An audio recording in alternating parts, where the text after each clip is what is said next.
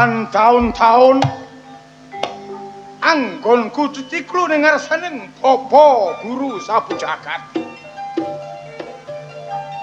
Ibarat ilmu kendi wis kebok mencep lulang garing pendengar. Yo kene aku urip tansah wong loro. Kok menawa wis ditiwancine aku bakal takon sapa sejatine wong tuaku lanang. Sabu Jagat prayitna dengan hati-hati. Najan aku siswamu. Tak takoni selak gak ngaku sapa sejatine wong tuaku. Oh, tak juwing-juwing wadam.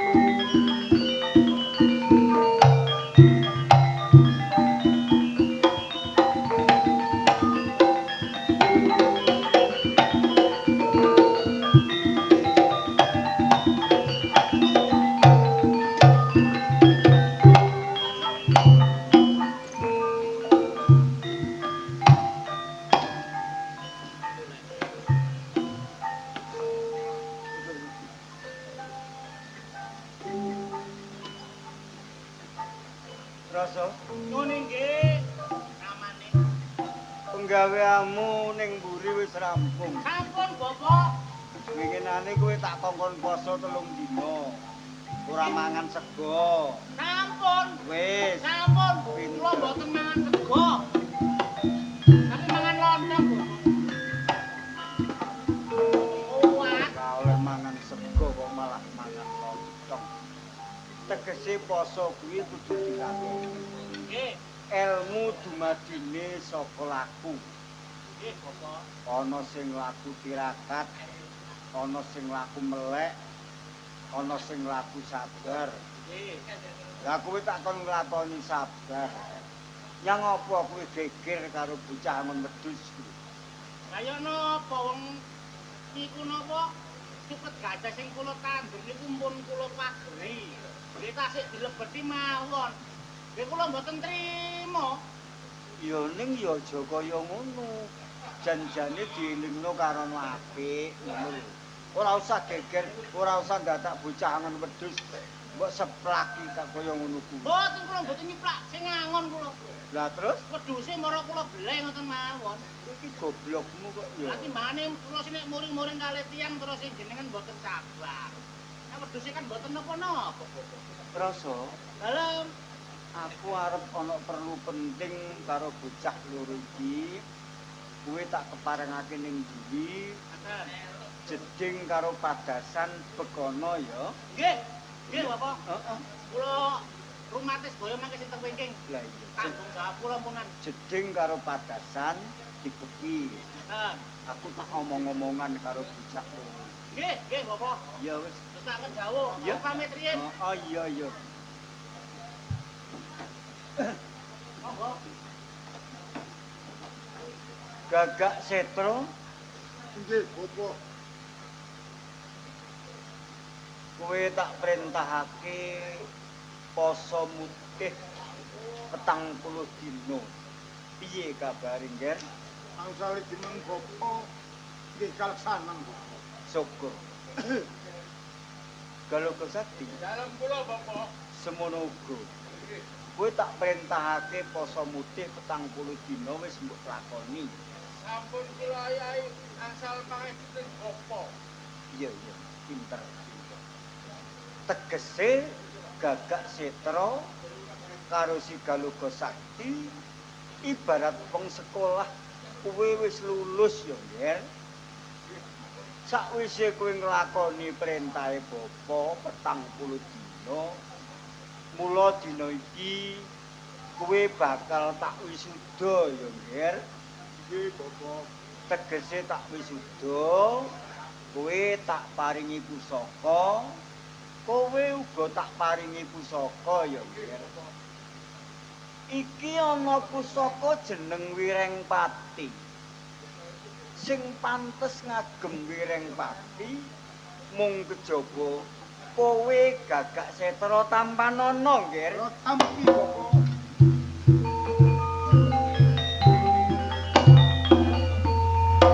Menika asmane napa? Kuwi jenenge pusaka Wirengpati, Nger. Daya kasiate, Bapak. Daya kasihati kowe dadi wong sekti mandraguna tanpa tanding nuk jagat iki. Nomor 2, kowe duwe kasekten. Kowe bisa lumaku liwat soroting lampu ya, Nger. Mangestaken dawuh Bapak. Nggih. Nanging pesenku aja nganti mbok salah gunakake ya, Nak. Nggih. Digunakake sing apik wae. Nggih, nggih. Tulung tinulung sak padha padane urip sing mbutuhake pitulungan. Nggih. Arya sauntara, Nger. Galuga Sakti, Dalem kula Bapak. kowe ya semono. Nggih. Kowe tak paringi pusaka jenenge Lenopati, Nger. Tampanana, Nger.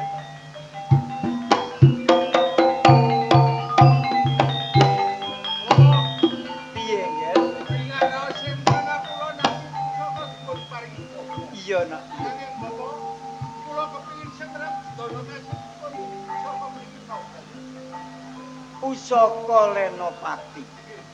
Sepisan kowe tambah sekti mandraguna ping pindhone kowe wenang dulu, Nger. Sing ora kena didulu menungso, kowe wenang dulu. Matur suwun Bapak. Kanggo tulung tinulung sak padha padane urip. Ya, Nger. Nggih. Galuga, Dalem kula Bapak. dina iki kowe tak keparengake adus keramas dhisik. Bapa arep ana perlu karo kowe. Bapak, Heeh. sedaya menika Bapak badhe kula ayahi pangestune Bapak ingkang kula suwun. Adusa keramas dhisik, Nger. Kakang Gagak Setra.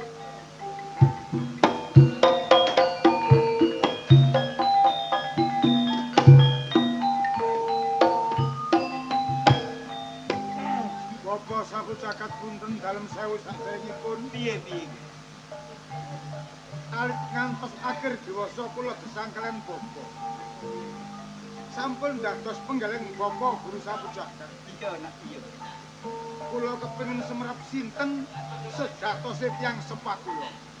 Kok boleh mati wonten pundi kubure, kok boleh urip wonten di papan gununge, kula badhe nyungkem kula sawijining anak. Gagak Setra, Nggih, Bapak. ora usah takon sing rena-rena, Nger. Kowe wis cukup urip tentrem ayem karo bapa ana ing bata putih kene, Nger. Nanging saking manah kula boten sekeca pinten-pinten dinten kula tansah lenger-lenger mikiraken babagan tiyang sepah kula. Walah. Gagak Setra. Yen kowe temen-temen kepengin roh sapa sejatine bapakmu, Nger. Rungokno. Bapa tak cerita ya, Nak ya. Nggih, Bapa mung carita, Nger.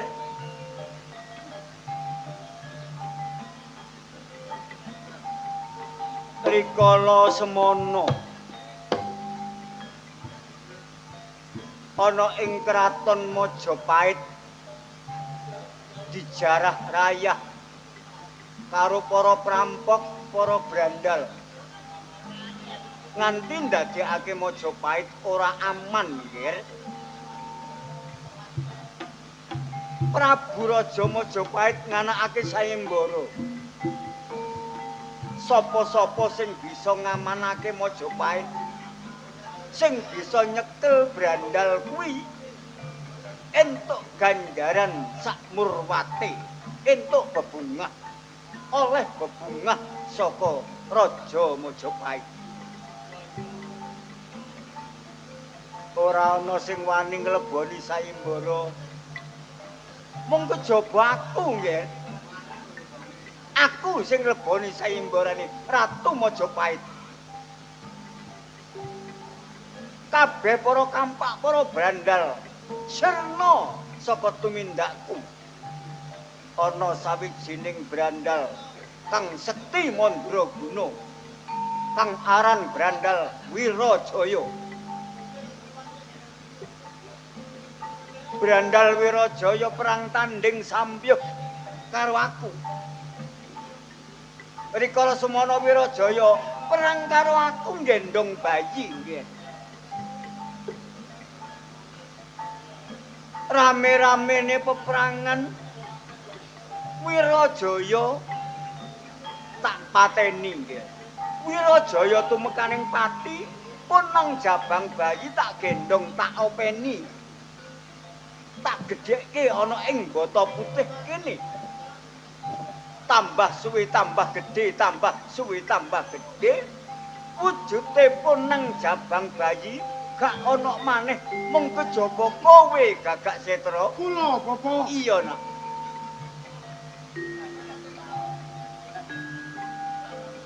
Sabar Gagak Setra. Wirajaya kalebu wong tuaku lanang. Iya, Nak. Gagak Setra matur nuwun diglowenthah sabu jagat. Iya, iya, Nak. Ning anak wajib nunggal sauji marang wong tuwa tegese nunggak semi.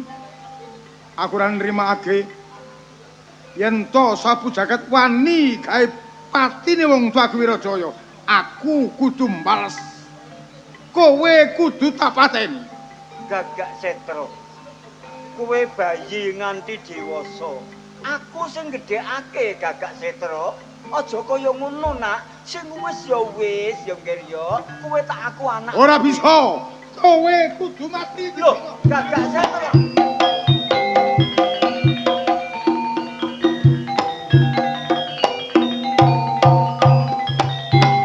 Apa? Kula badhe nyelatur. Kula badhe rembakan kalian Kakang Gagak Setra. Aja padudon, Ger. Karo dulurmu aja padudon ya. Mboten Bapak. Iya. Kakang Gagak Setra. Ya. Gorong sampe tuntas anggonku ngayahi kewajiban sing diweling karo Bapa.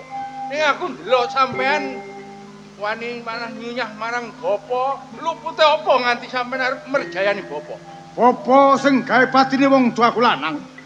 Najan ala tumindake iku wong tuaku. Aku nunggak semi kudu mbales patine wong tuaku. Rikala semono pancen ana kedadian sing kaya ngono. Bapa ngomong karo sampean ning biyen-biyen saiki Kang. Rika digulawentah karo Bapa apa gak matur suwun? Ora urus. Yen to kowe mbalen sausat tak ranti ing jaba.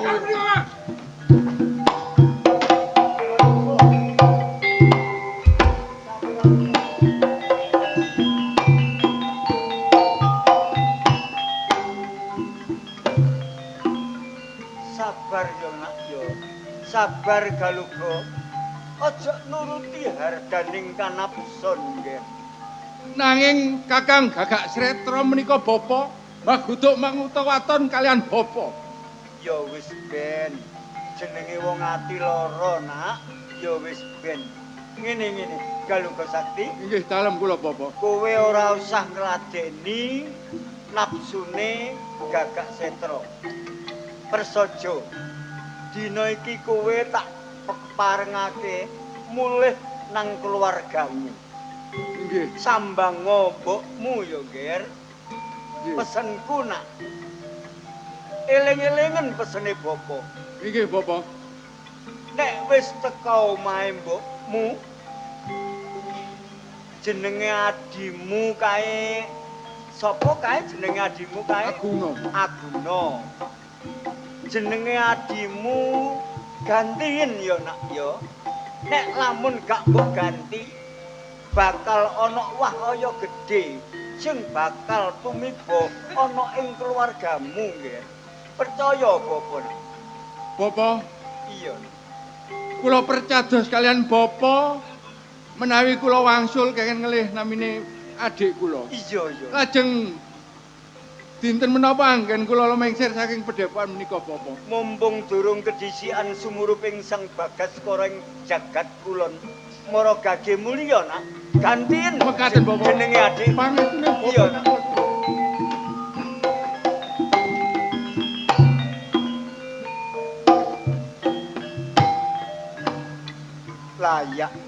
Layak ana ing pedepokan Bata Putih sedina rong dina iki ketok peteng dedet.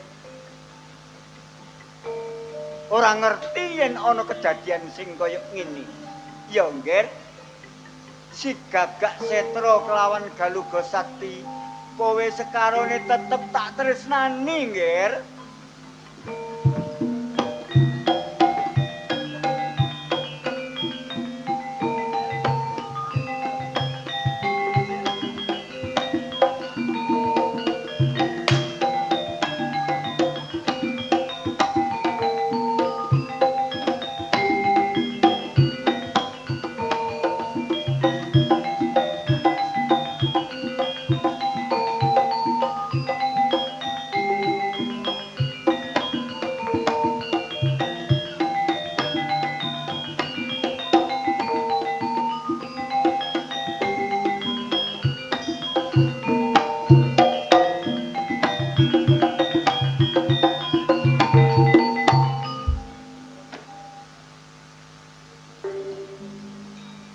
Mbok.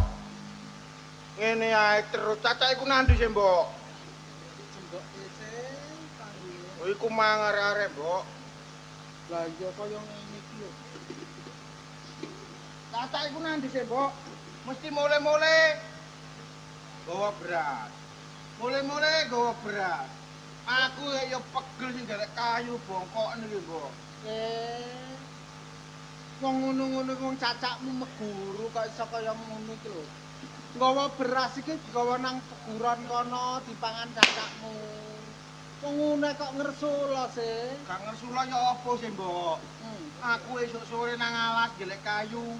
Terus Gegerku sampe melentas kaya ngene, cacak mule-mule njupuk beras. Kok cek enake cacak sih, Mbok? getun takon. Getun ta ndek dulur kaya ngono. Mene-mene nek pinter, nek penak ya kanggo awakmu le. Kok gak ketun ngono, Mbok, kaya aku di anak-anak tiri ae, Mbok. Kok Aja kaya ngono nah. Gak ilo. kaya enak cacalaan. Ya le. Lho, kuwi cacakmu mule. Iya nak. Mbok, aku sing teko, Mbok. Cacak kene. Oh, Cak. Kok tambah welek, Cak? Elek kaki ngomong guru pirang-pirang tahun lho. Asane bapak guru ngene iki. Wah, Cak membrutok ae sampe Cak. Dungaren le. Nggih, Mbok. Durung wayahe mulih kok mulih nak. Mbok, Heeh. pancen aku siji kepengin terus seger kewarasan sampean. Kaping pindho aku ditundung karo bapak guru, Mbok. Ana perlune ta le. Sampeyan rungokno, Mbok ya. Heeh. Dina iki, Mbok, pancen aku lumengsir saka pedepokan ngarsaning bapak guru. Aku dikokon kandha karo sampean, Mbok. Iya nak kondo le. Aguna kandhane bapak guru jenenge kokon ngelik, Mbok. Oh. Nek Aguna jenenge gak sampean le, Mbok. Omah iki bakal ana wahaya, Mbok. Perkara iku gampang le. Tak pasrahno awakmu. Merga dulurmu. Perkara ngono ae kok nganti nundung karo mbok. Mbok tak mlebu lin dhewe kari Mbok ngono. sampean ngliwat-ngliwat, Mbok. Ya, Nah, ngomong-ngomong karo dulur, gak usah tukaran. Kak. Sing rukun. Ya, Mbok. Tak. Kabare sehat ta, Kak? Sehat dong. Sampeyan merguru ngono ku oleh ilmu apa, Cak? Kon kepengin ngerti. Ya kepengin terus Cak. Wong meguru iki abot, Dik. Abote ya Gak apa? oleh mangan sego. Lho, gale mangan sego terus mangan apa? Mangan sari-sarine kembang. Gak ngono kembang apa ae, Dik. Ya saonoe kembang. Saune kembang. Sing enak kembang apa? Lah, kon ngerti sing enak kembang apa? Kembang apa? Saya karo. Karo kembang apa? Jaremu ya kembang turi sambel di pedes ngono wae. Oh, sih. Sambel kembang turi. Sing enak iku ya kembang api, Cak. Oh, wadoken. Disumut preketek ngono. Noh. Aku kate ngomong karo awakmu. Napa, Cak? Kon ngerti aku ngomong karo mbok mang kon krungu tak gak? Ya krungu titik-titik Cak wong aku iki jenenge dulur nem gak tau sepiro. Apa ngono iku ngope ya, Cak? Kon tak omongi. Apa? Jenengmu Lin. Nek kon gak gelem ngelih jenengmu, omah iki kasih ngomoni wae sing gedhe. Ngerti ya? Cak. Jeneng iki ngono wis warisane bapak lho, Cak. Bapak biyen bancaki iku gak karo-karuan.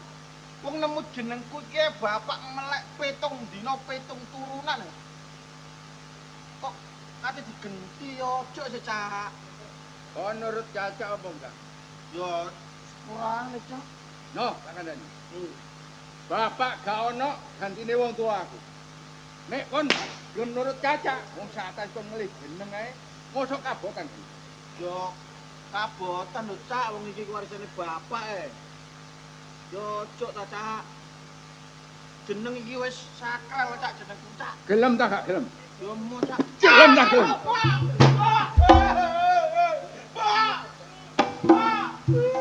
Cuk, Cak. No, Cak. wong saatan si kon takon ngelih jenenge gak gelem. Cak. Nek kon nurut karo Caca, omah iki gak bakal ana wahaya. Tapi nek kon gak gelem nuruti Caca, wadah. Terus dadi apa rumah tanggane nduk omah kene, Ojo, Cak. Umpama kon gelem nurut karo Caca, gak mungkin Caca duweni perbuatan nyadui karo dapuramu. No. Ngerti ya? Tapi ojo diganti jenengku, Cak. Nyapa jenenge bapak nok kono, Cak. Wong saatan si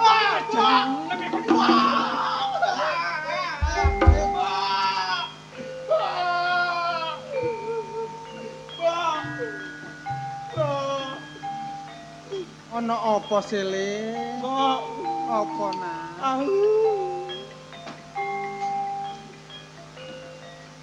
Galoka Sakti. Iya, Mbak. Ana apa le? Ngarep aku wis ngomong karo sampean. Nek Aguna takon ngelih jenenge, sampean tinggal Aguna tak omongi. Dadak gak gelem, Mbok. Walah le wong perkara jeneng ae lho. Umpamane adikmu gak gelem ya gak apa-apa sih, Nak. Wong ngono kok gawe gedhe sile. Rika aja mbelani Aguna, Mbok. Aku bekasane ning bapak guru tak ugemi. Umpama gak tak laksana aku wedi. Nek omah iki bakal nemoni wae sing gedhe, Mbok. Walah, Nak. Wong jeneng tinggalane bapakmu sing wis wargi. Nek adikmu gelem dilih ya gak apa-apa, dene gak gelem mbok ya aja dipeksa le. Mbok, Iya, Nak. siji aku ngomong karo sampean, sampean tetep belani Aguna. Nek aku buat talak ojo nyalahno Galuga Sakti, Mbok. Buak talak sing piye to, Le? No, rungono. Iya, Cak. Wong dapuramu tak kon ngelih jenenge gak gelem. Nek kon gelem nuruti Caca, gak mungkin Caca ngomong sing kaya ngono no. Iya, Cak. Nek kon gak gelem ngelih jenengmu berarti kon tega mentolo karo Caca. Medhotno seduluren karo Caca, mesisan. Nek dadi godhong ojo suwek, dadi banyu ojo cedhuk. Nek kon gak gelem ngelih. Grane le kon. Kalau kok sakit. Kon kok ngomong kaya ngono, Nek. Mbok, jenenge lo dileh kok gak gelem seno. jeneng iki tinggalane bapak lho, Mbok. Iya, Nak. Ngono tak ganti jeneng apa bapak nang kono gak tambah susah atine, Mbok. Ngono ah. Iya, Mbok. Ya wis ayo. Ayo, Mbok.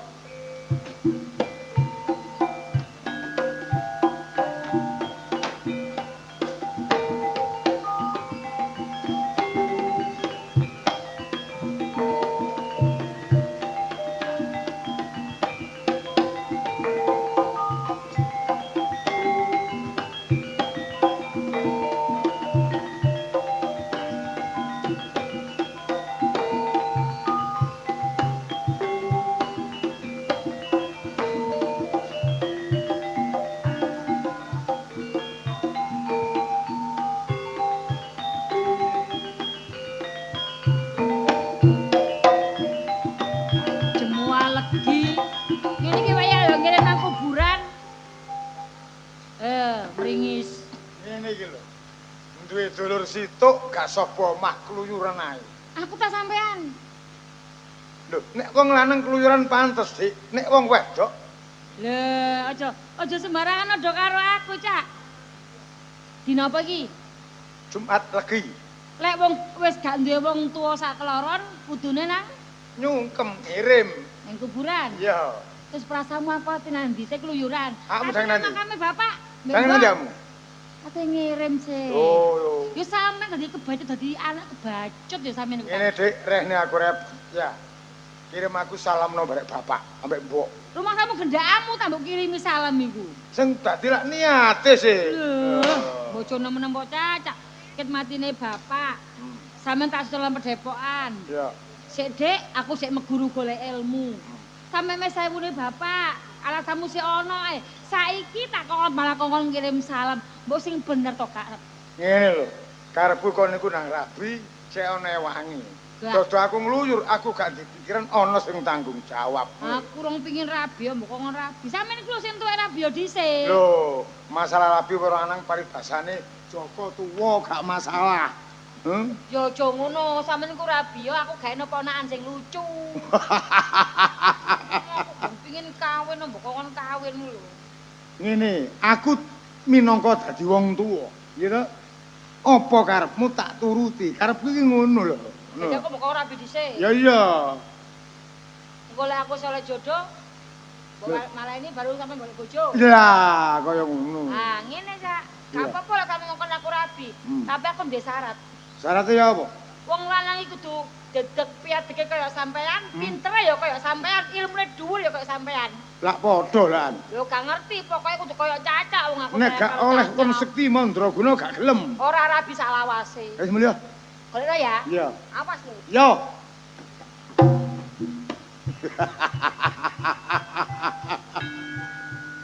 Mapan kebener iling Durklasmana. Galuga sakti antarane Gagak Setra. Masa bebuyutan. Mesisan suraing dana bring papan Cinorek.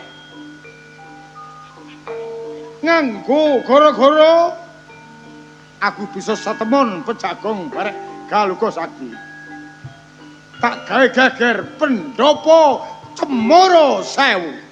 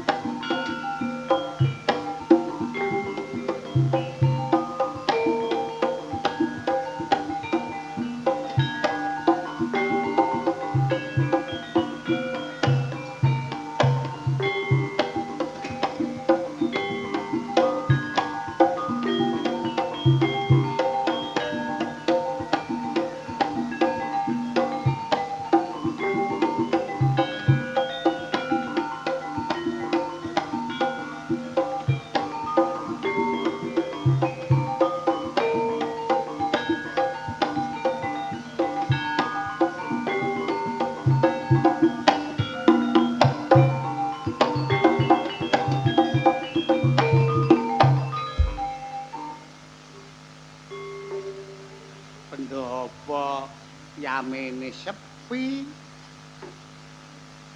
Liki mangko aku kira-kira gak nangage nang bali desa lah ya kan wong iki.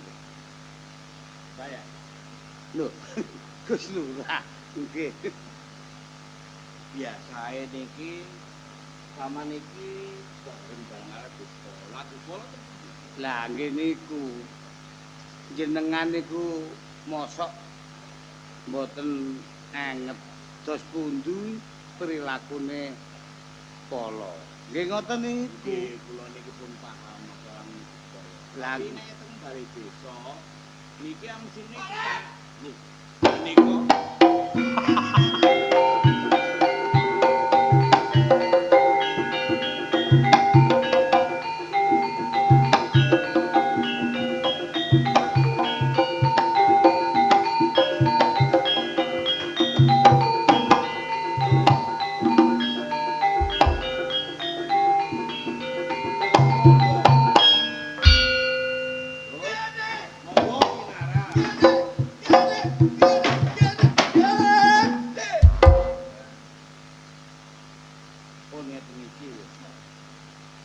wong Polo iso tingkahe kaya arek tawuran.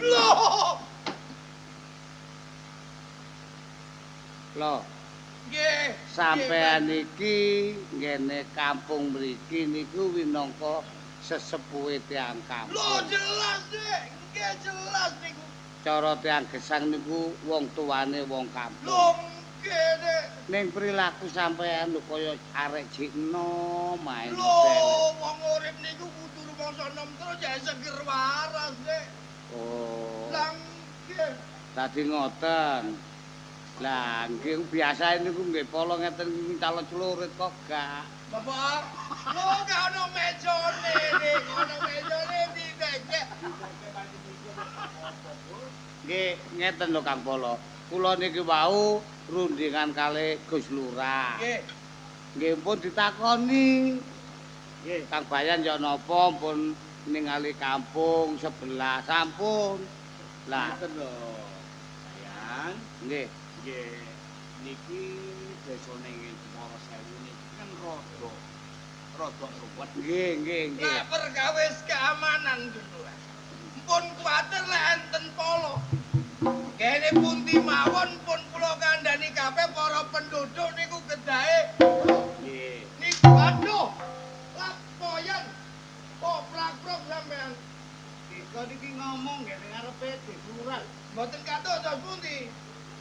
Masih biasa nek lan opo Lurah sampe. Oh, tangane mboten entuk-entuk ngeten. Oh, nggih.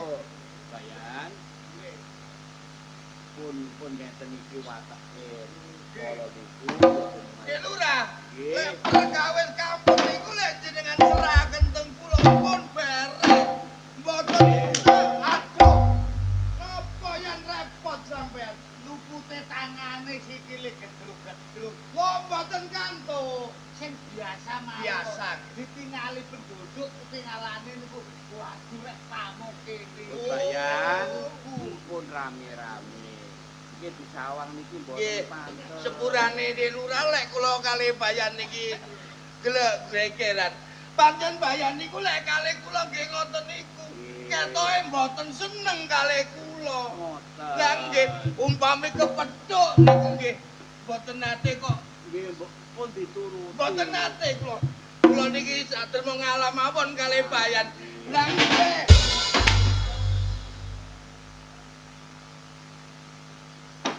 Yan sampean niki ya napa, Bu? Bayan. Termasuk sampean niki yen nantang aku ngejageke ambek aku yan. Oleh tiba sampai temenan ya. Temenan iki mang. Ngoten. Kados kula ngeten nggih. Lah Polo mboten mosok ngomong kalau sampean. Bapake nggih ngoten iku. Pun biasa de Lurah. Nek Polo pun ngeten iki. Lah nek kula mboten ngeten iki pun pantes. Terus iki dipelakno penduduk. Lah pesan iki kumpul nantos enten. Lho sampean kok gak tiba yan. Apa? Lho gak tiba kursine tak seret. Lah kula pun semerat supaya ngajar sampean. Pun rame-rame monggo pinarak. Ini. Anjene iki biasa ya. Oh, guyon mawon. Karep niku karep ngene lho, Bu. Supaya karep Pak Polo iki kan ngeraketno lah, cek kompak kan ngono iku. Cek kompak. Dadi umpamane kumpul nggo warung ya wis ngono iku. Terus nang nggone kanca-kanca patake ya wis ngono iku. Lah nggih. Monggo. Tapi sing golong ero, kok sange jejeran temenan, Pak. Oh biasa ya ora. Iki peniti. Kula nek kumpul kali kula Niku kejian nek mboten gegeran mon saged gayu. Lho wong kali Dik Lurah mawon nek esuk nggih gegeran kula. Sampeyan gegeran kopi roki wonten sak minggu. pun rame-rame. Monggo ngomong rembakan babakan desa. Nggih, dos pundi Dik Lurah? Desa niki kan nggih pajak iki kan arwet nggih enten goro-goro. Saben dina enten maling. Saben dina niku enten perampok, enten tiyang kemalingan. Mulane sampeyan iki jaga sing Lho lah perkara ono maling Dik Lurah ampun kuwatir sampean serahaken kali bolo. Umpame enten rame-rame maling-maling, malinge mlayu ngidul, kula mlayu ngaler. simpangan. Lho butuhe cek aman Dik Lurah. Oh, Saiki ngene lho, Pak. Cara desa iki ya nomor sing bisa anake, Pak. ayo anak iki mang nang ndi? Anake awake dhewe kira-kira ana rong dina tuh tak kemenangan gak menangan. Nek delokane kaya harus dipikir ngono lho, Pak. Lho paling masakne mboten cocok Dik Lurah. Iya. Ngene, Bu. Anjen tak delok iki pirang-pirang dina iki kok meneng ae. Ya. Awak dhewe iki jange tak takon iki yo gak penak. Apa lho, Aduh. Cek awakmu kok pirang-pirang dina kok susah iki, Bu. Wis ngomong bareng Bapak. Aduh. Pagel ngendi. Ipi. Mbok susahi kon meneng ae iki babakan event. Ipi apa lho? Lho. Terus dos pundi Nduk?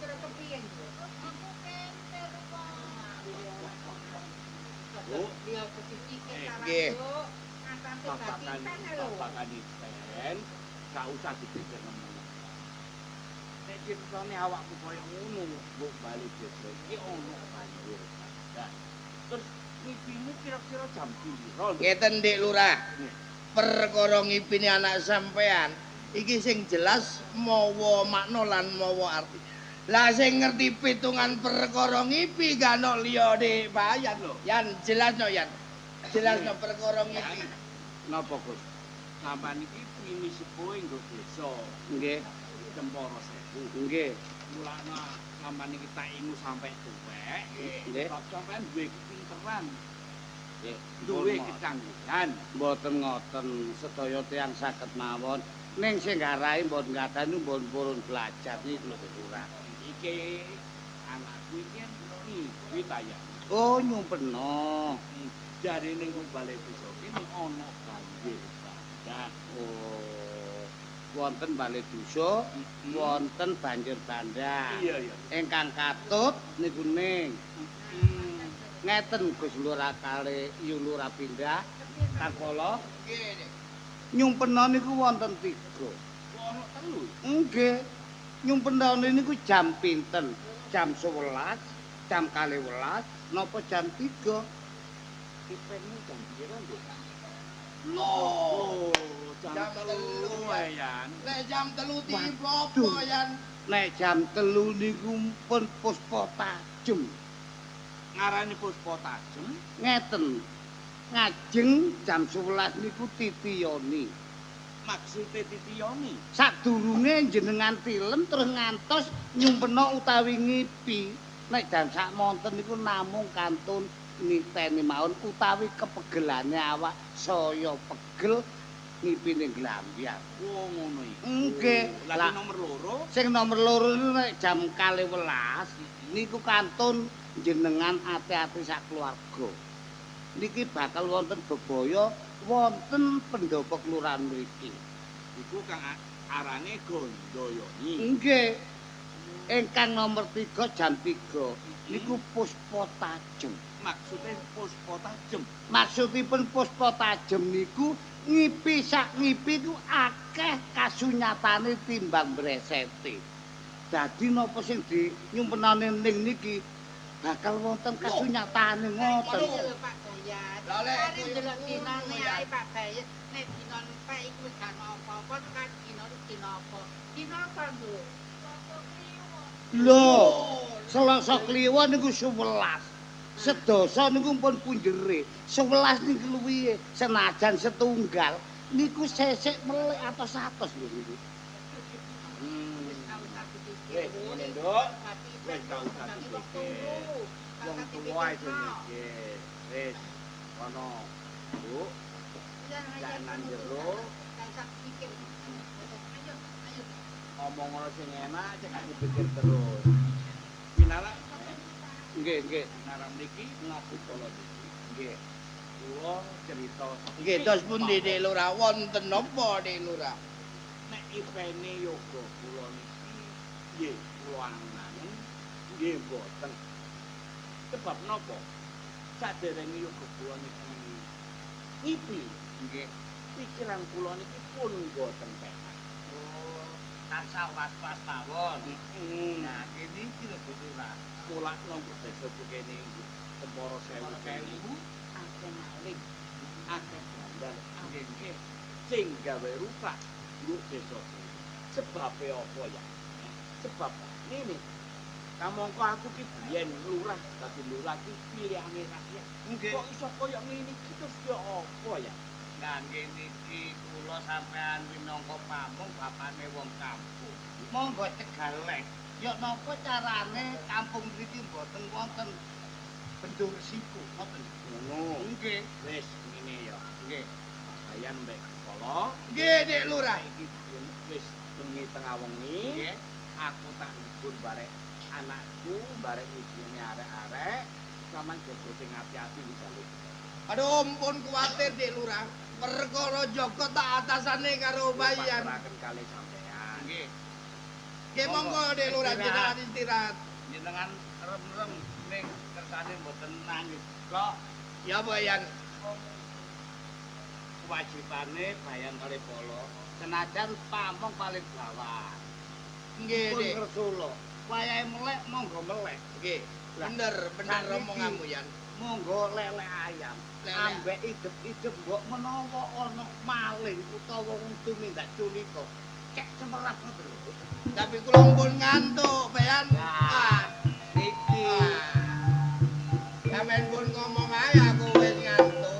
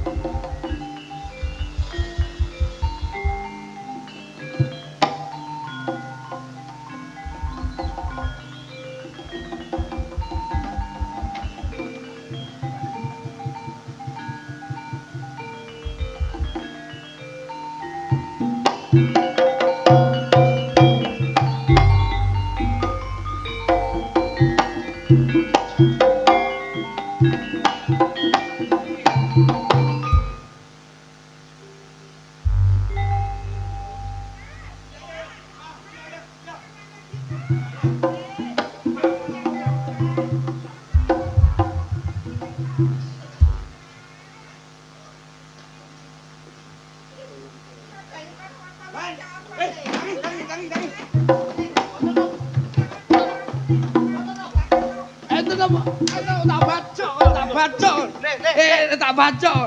Dikon iki ana apa sih? Lho, Yan. Kowe kate Iki celore tumbakawa, Yan. Wah, mbon bener Sampeyan niku ya napa?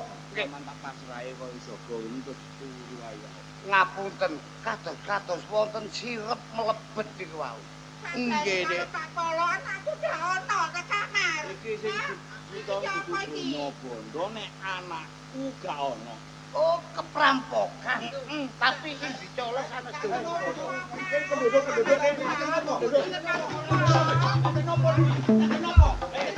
Kok rame-rame kok kados lodrok tanggapan. Enten napa sejatosipun Pak Lurah? Nggih, wonten napa? Omahku tas ono maling.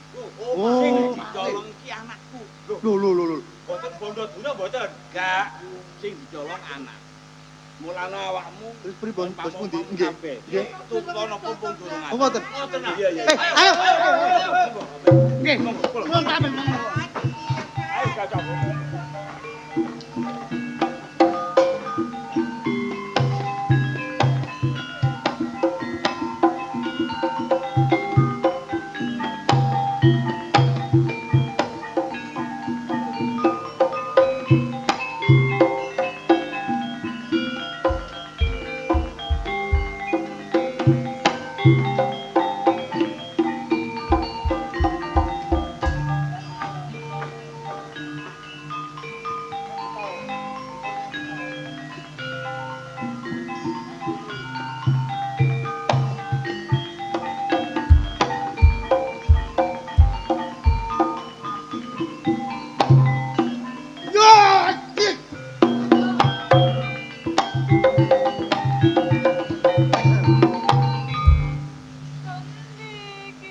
Alas gano jalma menungso mek kon barek aku. Kon tak colong. Butuhe kon iso gandeng sarembit barek aku. Gelem gak? Gelem gak? Gelem gak? Ya gak. Ya. Ya aku gelem. Temen ya. Tadi gelem temen. Gelem. Tapi iku lebokno. Iki dilebokno. Tapi nek dilebokno dhewe gak enak. Pucuke ceklen lebokno wong loro. Aduh aku takut. Takut barang lincip. Ya peleng. Bendari, wis aku gawe pisan. Jam 2 ngelebokno pisan aku wis mareng. Saiki pompong gurung kruwan wong kampung. Nunggal sadi mbak rago ayo. Mlebu ing kateng belum.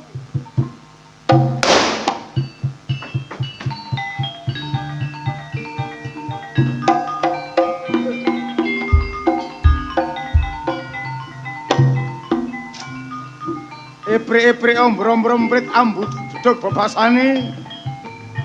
Aku ngembet sadure galuka sakti. Yo. Lurah Cemboro Sewu sak andhanane rakyat kabeh. Iki lho cekelen kano siji loro. Maling Sekti Mondro Aguna.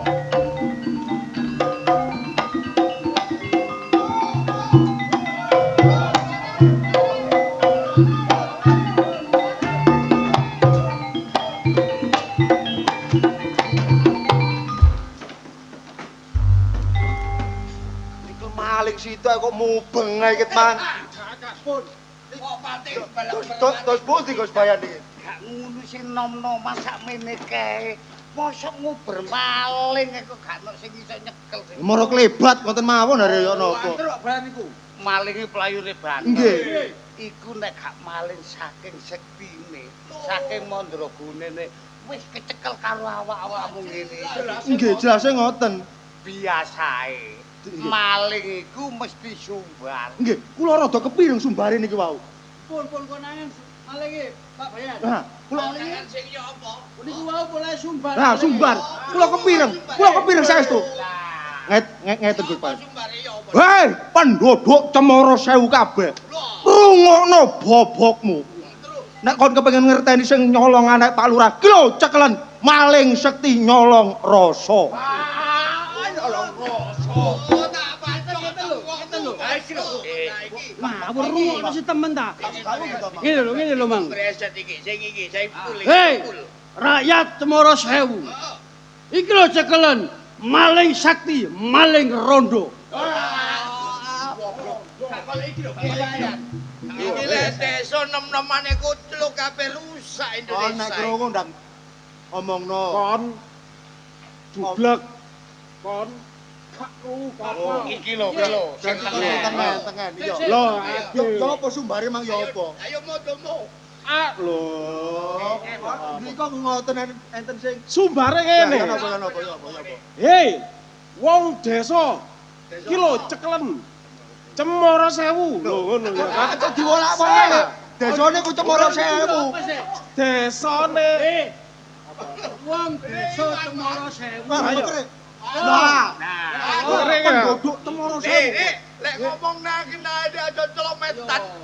Hei, iki sida mengkrek tagake Yo situ. Yo ngono mang mali. Hei, Lho sing gadok. Wah, ngono lho. hei. Waga kuwi ya. Hei. Wong desa Cemara Sewu, iki lho maling kura. Paling apa kura? Ini bayan tak nyeledi lu. Maling kuro iku. Iki aku krungu dhewe krungu temen. Gak kaya iki lho.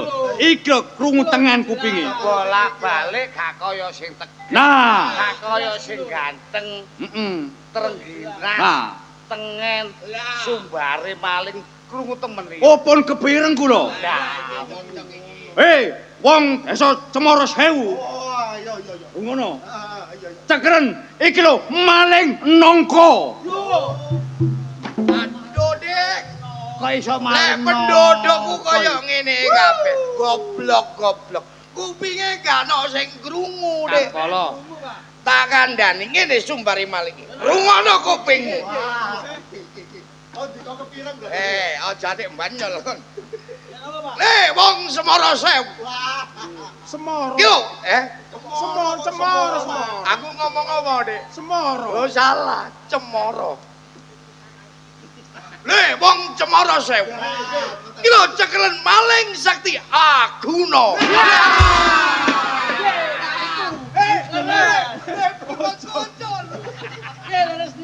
Makane nek ati gawe brengko dilem sik.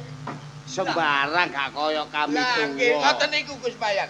Niku suarane maling sumbare kaya ngoten. Ngoten. Maling sakti Aguna. Wah, Niki lek ndelok jenenge Dik Bayan. Lek ndelok jenenge niku lek gak salah penduduk sampean niku. ngene le kabeh pemuda arek ganteng-ganteng. Tak akoni nek Aguna iku pendudukku. Nggih, leres niku penduduk sampean. Ngeten, pun kepanggih ning kepanggih suarane tok. Nggih. Loh, jelasno lho. Ngeten niki malinge sumbar ngeten Dik Lurah. Wong Cemara Sewu. Yo cekelen maling sakti Aguna. Lah tiang sing jenenge Aguna mboten sanes penduduke Bayan, Dik. Nggih, eling kula nek Aguna niki penduduk. Nggih, nek pun wonten kadadosan kados ngeten. Terus pundi Kang Lurah? Mbok mawon jaman beto mriki yen kula takonani kali anae. Kula nyusul Aguna kali mbokne ngoten. Lho kerjane disusul arek-arek mawon. Boten, Boten tambah sampean. purun kene. Oh, nggih. Kene enten ana mbok menawa ana montahe. Nggih. Nuwun pamit kula susul. Kene mlebu rucat arek-arek iki. Ngeten Dik Lurah. Lho enten apa niku disawer kacang. Ngeten Dik Lurah. Niki sing jelas sing gadahi tumindak niki penduduke Bayan. Niki lek mboten ulang-ulangane Bayan mboten kados ngeten. Salawase kula dadi polo mboten enten penduduk sing purun maling ngene Cemara Sewu. Pun sok nuduh ngoten niku mboten sae. Nek mboten semora Lah niki enten apa niki? Apa yang Dika jeplak pun syukur lho jeplak jeplak ya napa kula ngomong napa? ngomong jare maling iku nek gak pendudukku gak ana. Lah nggih lah bener niki penduduk sampean. Kula percaya nek kampung sampean niku sepi mboten enten maling. Lah nggih jelas. Sirep percaya. Nggih, Mergo sing maling iki sampean Oh dhewe. kurang ajar sampean Dik. Niki lah niki. Kene le, Mbok. rada nyidek dhewe. Nggih. Gampang tak norene lak gak ngerti. Mboten semerap. Taman aja melok-melok nek gurung tak takon. Lungguh. Lungguh ta. Jenengmu kemana mau? Ojo cepet sandali iki to. Ojo sabar ae dhisik. Jenengmu Aguna. Nami kula Aguna Kuno. Aguna. Niku soalnya wadem Gus Lurah apa iki? Kon Aguna. Pak Lurah. Nggih Pak Lurah. Kon mabengi metut. Lasar keporo ya jelas iki, jelas. Kode. Kula gibonge mawon ngeten iki. Sabar le. Tenang burung tutup. Metumu jam pira? Jam kali 11. Jelas. Iki bengi jam 12 metu napa malih nek gak malih. Nah, sing jelas nyalih iki malih. Tak nakonane dhisik. Oleh ku nakoni burung tutup. Pulang kali. Kon metu jam 12 bengi. Nggih, Kon nang ngene pekarangan sapa? karane sampean. Lek ngeten, Dik. Lek ngeten pun Dan lek ngeten pun kesuwen jelas niki malinge. Nggih, kula takonane. Niki anten Gus Lurah kala. Awakmu mabengi lak nyolong. Nggih. Unjakon ya napa ngeten iki? Kula bacoke mawon nek sing jelas maling Niku nggih Pak Lurah. Langsung Terus sampean kok mboten nate sekolah napa? Peuraan ngoten. Anjene nggih tiyang emosi niki Emosi nggih emosi. Luar. sing mbok colong apa? Ojo kakean guyon sampean. Sing mbok colong apa? Kula nyolong jambu. Ro dhewe sing dicolong Aguna ya penduduk jambu. Tapi yan wong nyolong wong maling gak ana wong ngaku. Lek maling ngaku penjara be. Nggih. Iya, Bos. Gus Lurah mau sing mutusi. Jambu tak arek wedok. Saestu kula nyolong jambu Pak Lurah. Niku wau dalu kan kula nguwatno kok jambune ketok medhi. Arek wedok tak jambu. Jambu. Kesung wendi ora. Le, Nggih Pak Bayan. aku iki minangka bapakmu ya. Nggih. Yu sepurane yu ya. Nggih. Aku tak takon anak Rika. Gus Lurah iki le Nggih. kelangan anake wedok. Ya. Nggih. Nek awakmu wis ditakoni melangkah karangan nyolong tapi nyolong jambu. Temen nyolong jambu tak nyolong arek wedok. Saestu Pak Bayan kula nyolong jambu. Gak bejo, Boten. mergo wong bejo iku bakal cilaka lho. Nggih Pak Bayan saestu kula mboten nyolong. Wis, Yan, arek wedok. tak putusane. Nggih, Dik. Monggo, nyatane niki tetep meksa nyolongi jambu Gus Lurah. Mbok, Nggih. Aguna, rungokno omong aku. Nggih Pak Lurah. Sebab apa? Pas kelangan sing mlebu karang aku iki awakmu. Nggih jelas. Nggih. Ketemune anakku lan orae tak pasrahno mbokmu mbare awakmu. Cilike sak minggu, gedene sak wulan. Nek kon gak iso nggawa anakku nang bali desa, aja pisan-pisan kon mancik untuk desa Cempara Sewu.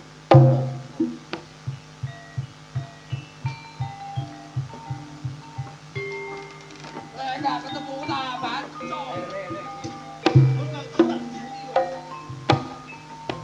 Yu, sepurane yu ya. Nggih Bayan. Ancene kahanane nggo Cempara Sewu iki ruwet. Mula saka iku aku njaluk tolong karo Rika. Donga-donga supaya Aguna iku iso nemokno putrine Gus Lurah. Malah Kang Bayan. Ya yu. Nggih pangapura kula kali anak kula. Heeh. Mugi pangestu kali sampeyan nggih kula patus sange anake Pak. Sampe deleke yu ambek tak rewang-rewangi teko mburi aja kuwatir wong aku iki termasuk pamung Rika yu. Budhal Aguna budhal karo mbokmu ya. Tak dongak-dongakno nang ketemu. Oh alah, sakno Aguna. Kok ya ana ae kedadean sing kaya ngene. Wis uripmu iku gak gablek melarat, tak ibaratno wong gawe sandal japit bolong tengahe. Yu Aguna tak jalukno lah tak suwun nang Gusti Kang Akarya Jagat supaya enggal-enggal ketemu putrine Gus Lurah.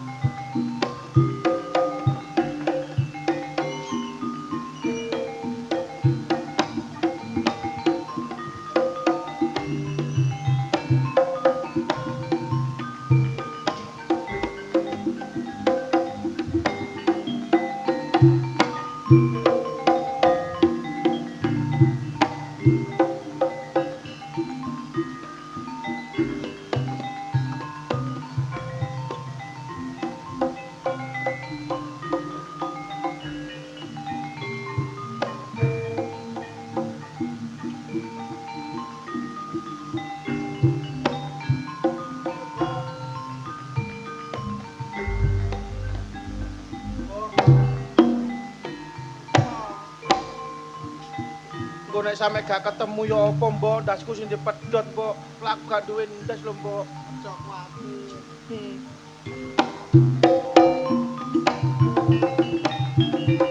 Lho, Mbok, Iki nggone cacakmu topo? cacak topo tambah terdadu, Mbok. Topo. Cacak topo. Bukan. Jajal bukan. Tak. Tak. Tak. Tak. Sepurane yo, Cak. Sampeyan kok iso nulungi aku, Cak. Nek sampeyan gak gelem nulungi aku, Cak. Aku dikedo, Cak, keduduran, Cak. Terus aku kacang tinggal sopo, Cak. Masa kacang kali beli. Cak. Jangan, Cak. Kene le, Aguna. Cak gak gelem tangi, Mbok. Mbok menawa wis kodratmu, Nak. Cacakmu gak gelem nglakoni badar anggone topo. Merga kowe salah karo cacakmu. Aku wis njaluk sepuro lho, Mbok. Lah iya, jaman semono kon dikongkon ngelih jenengmu kon gak gelem. Saiki ono kedadian kaya Aguna. Terus aku saiki kudu ya apa lho, Mbok? Meneng ae. Mbok bakal sing badarno kacakmu topo. Aguna. Kalau kau sakti, Nak, kau anake mbok, Nak. Mbok ketiban wahaya karo adikmu. Kalau kau sakti, tulung ana mbok karo Aguna, Nak.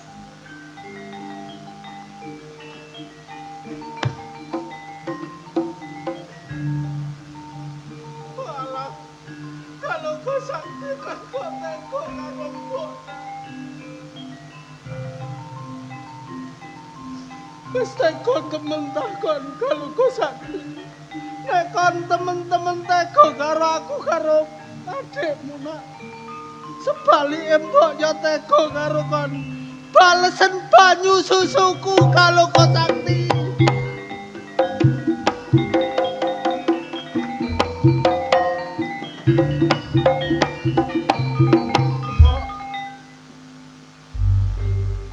Sepurane yo kalau kau sakti. Rika kok iso ngomong sing kaya ngono, Mbok? Aku gak tega nyawang adikmu, Nak. Adikmu dipidana wong desa. Didakwa nek nyidra anake Pak Lurah. Njaluk balike cilike seminggu gedene sak wulan, Le. Tulungen adikmu ya, Nak. Nulung sing kaya apa, Mbok? Dolek ana anake Pak Lurah jenenge Sundari dicolong wong sing ditodo adikmu, Nak. Mbok, senajan to kaya apa Aguna ya tetep tak akoni adik, Mbok. Iya, Nak. Mula sing tak jaluk, Mbok. Nek aku sing salah aku njaluk sepuro karo sampean, Mbok. Wis tak sepuro, Le. Nek ngono, Mbok ya. Heeh. Rika bali, Mbok. Aguna tak jake goleki sapa sing nyidra anake Pak Lurah, Mbok. Aku tetep adikmu Aguna ya. Ya aku sing Mbok.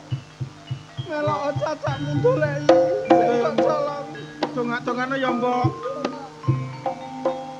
Tak tinggal ya. Hati-hati ya, Mbok. Mbok,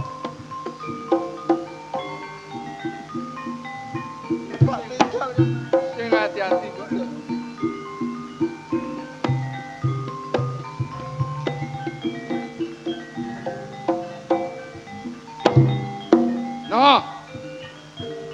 Cak. Nek wis ana kedadean sing kaya ngene ya apa? Yo aku sepurane sing akeh, Cak. Gak gelem nurut ambek sampean. Cacak biyen lak ngomong. Umpama kon gelem nuruti omonge Cacak gak sampe ana kedadean sing kaya ngene no. Ya apa maneh lho, Cak. Wong aku yo ngeling ku kasih bapak. Tapi nang ngene aku nurut sampean, Cak. Tulungan aku, Cak.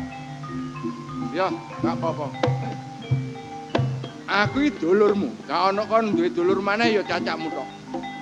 Kon kok Pak Lurah ngomong jare kon diarani nyolong anake Pak Lurah. Iya, Cak. Tapi awakmu gak nyolong.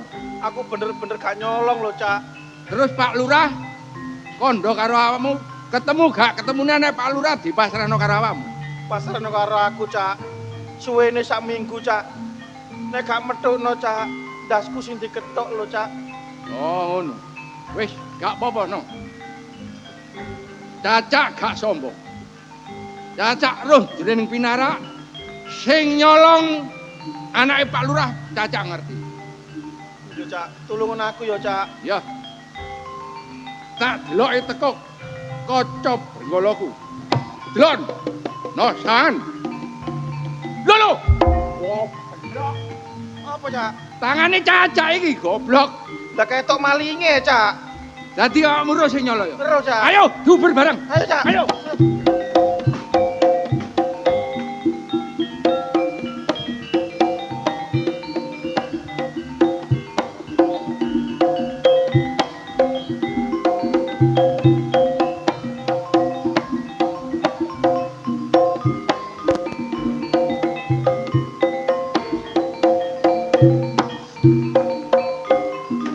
Wah, bangsat.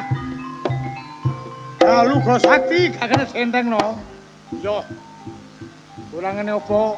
Gagak Setra Sekti Mandraguna.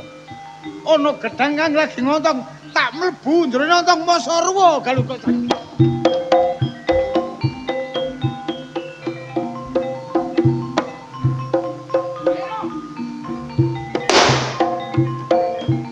Ada aku no.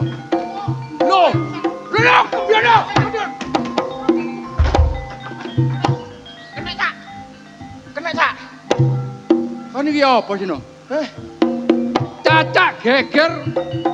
Gagak Setra mlebu nang jero ontong bareng tak kapal ajiku metu kok kebeyok mang. Aku mengewangi sampean, Cak. Lah kon mah nggo sarung. Tak kebiyokno, Cak. Nanti sarungmu. Katut ya, Cak. Loh kon kok. Pompong gurung adoh. Ayo tututi. Ayo, Cak.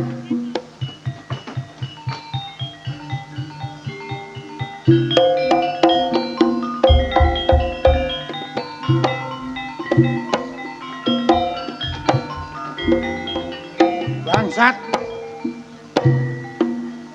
Gak kena disepelekno kalau go sakti. Tuhu bekti barek guru.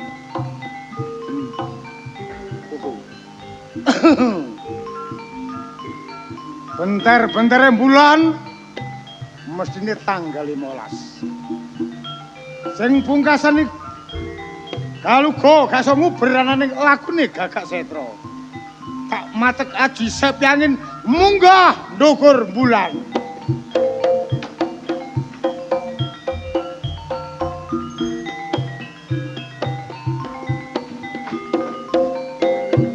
Oh, Gagak Setra. Ojo dikira nek Galuga Sakti kon munggah nang nggone bulan. Ayo. Nanti paranmu aku bakal nyekel Gagak Setra. Tak unggane bulan nek perlu tak cekel dino iki.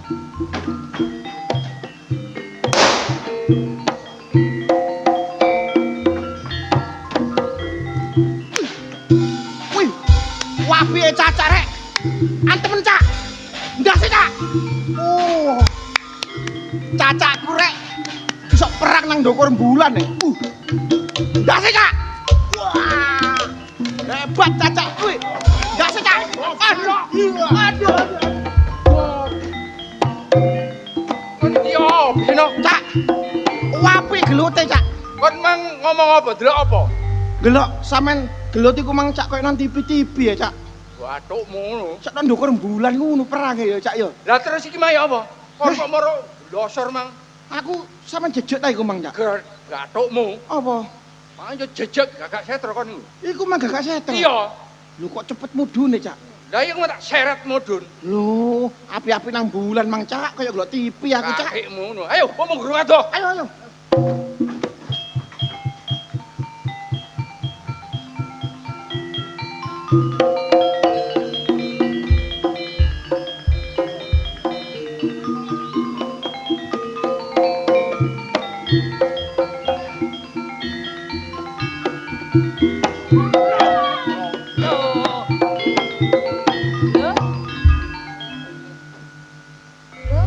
Aduh rek, ayune ayu mripate gak ketok. Cak. Lah sampean kok paling ganteng, Cak? Lah, Lho. Hei. Kon kok ngerti karo aku? mbek adike dhewe lali. Lho, Warse. Warsi. Yo. Oh, ini goblok. Caca iki ono gawe nih, Caca duwe saiki duwe kelilip. Sampeyan ku sapa? Aku Galuga Sakti. Lah, kliru. Tak pikir cacakku lah padha. Lah iya iki gak kenal karo awakmu.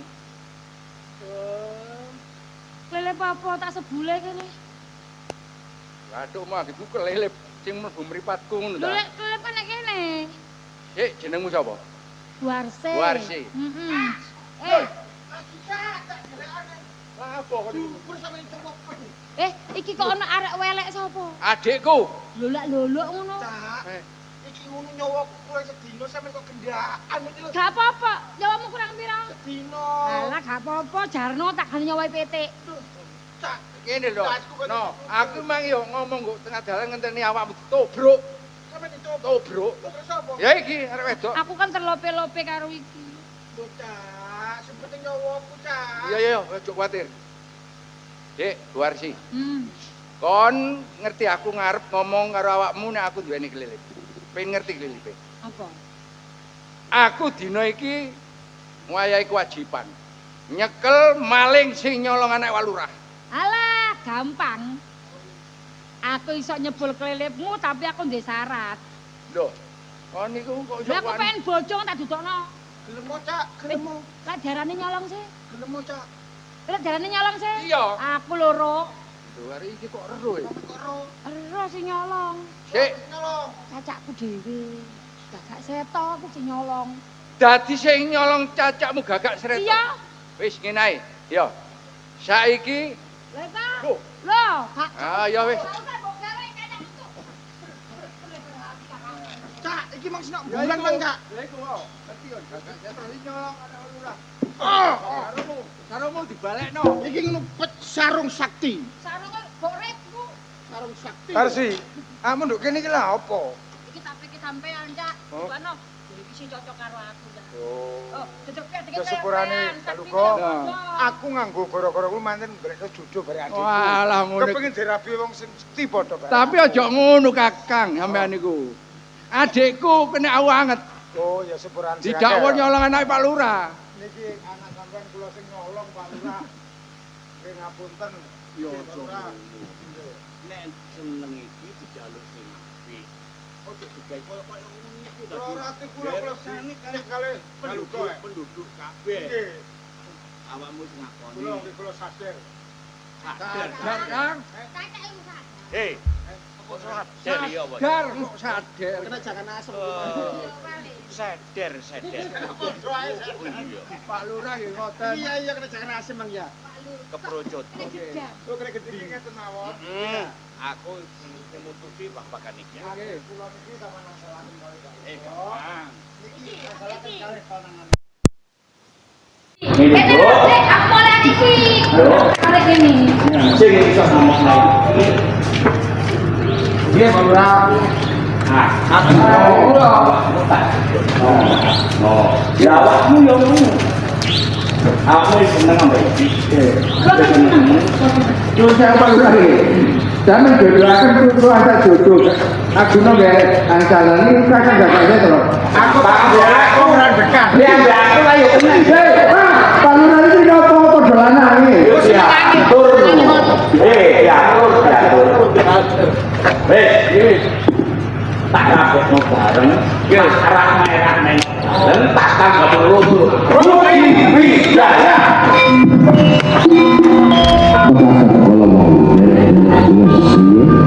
Kata-kata jangan itu arif di sini diikuti daya kan kalau laporan itu sejak